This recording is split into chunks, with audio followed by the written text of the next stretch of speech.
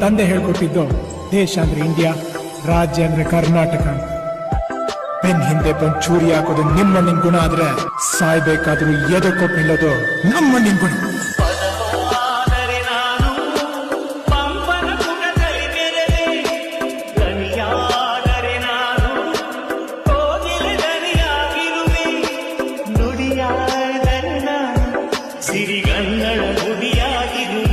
ಕೈಲಾಸಕ್ಕೆ ಹೋದ್ರು ಅಲ್ಲೂ ನಾನು ಶಿವ ಪಾರ್ವತಿ ಜೊತೆ ಕನ್ನಡದಲ್ಲೇ ಮಾತಾಡುತ್ತೆ. ನುಡಿಯಾದರೆ ನಾನು ಸಿರಿಗನ್ನಡ